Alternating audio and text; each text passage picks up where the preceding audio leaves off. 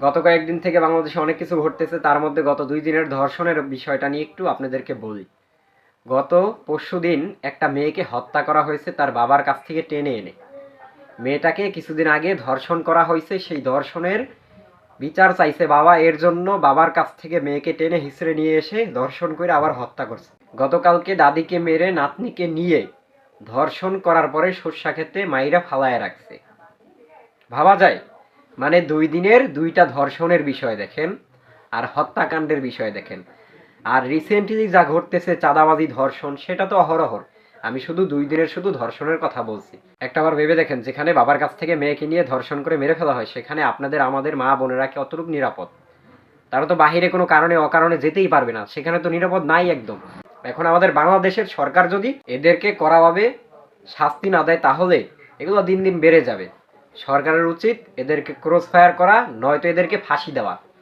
এদেরকে আজকে cross fire না করে ফাঁসি না দিলে কয়েকদিন পরে এটা আবার ছাড়া পেয়ে যাবে। ছাড়া পাইয়া দেশে ঘুরে বেড়াবে বিভিন্ন জায়গায়, আবার এইসব ধরনের অপকর্ম করবে, বিভিন্ন অপরাধ করবে।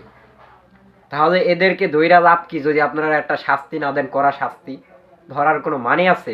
এদেরকে এভাবে ছাইরা দেন, দেশের বিভিন্ন জায়গায় যত আকাম কুকাম করতে পারে, ধর্ষণ করতে পারে, খুন করতে পারে, করুক না। এদেরকে যেহেতু ধরছেন, অবশ্যই এদেরকে ক্রস ফায়ার করা দরকার।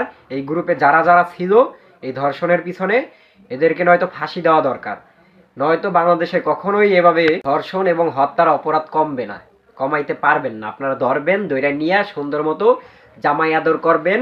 আপনাদের তো কারাগার আছে, বুঝেন নাই?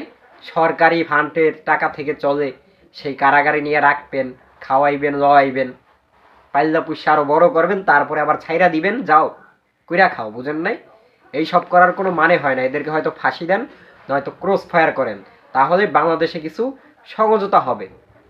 নয়তো আপনারা ওই যে সমঝোতা করবেন নিয়া, জামাই আদর কইরা সমঝোতার মাধ্যমে ছাইরা দিবেন, দেশে আবার এইসব কাজকর্ম করে বেড়াবে। এতে তো দেশের ক্ষতি, দেশের জনগণের ক্ষতি, রাষ্ট্রেরও টাকা পয়সার ক্ষতি। এই যে রাষ্ট্রের টাকা পয়সার ক্ষতি করে আপনারা জেলে রাখতেছেন, এটা ক্ষতি না? তাই যাই হোক, অপরাধী যেই হোক না কেন, তার ন্যায্য যে বিচার পাওয়া দরকার সেটাই তাকে দিতে হবে, নয়তো দেশে কখনোই এইসব কমবে না। কমাইতে হইলে ন্যায্য যে শাস্তি, সেটার সাথে হিসাব নিকাশ ক্রস করতে হবে, নয়তো এভাবে অপরাধ আপনারা কমাইতে পারবেন না। আমার এই কথার উপরে আপনার কারা কারা একমত আছেন অবশ্যই কমেন্টের মাধ্যমে জানাবেন। ধন্যবাদ সকলকে ভিডিওটা দেখার জন্য।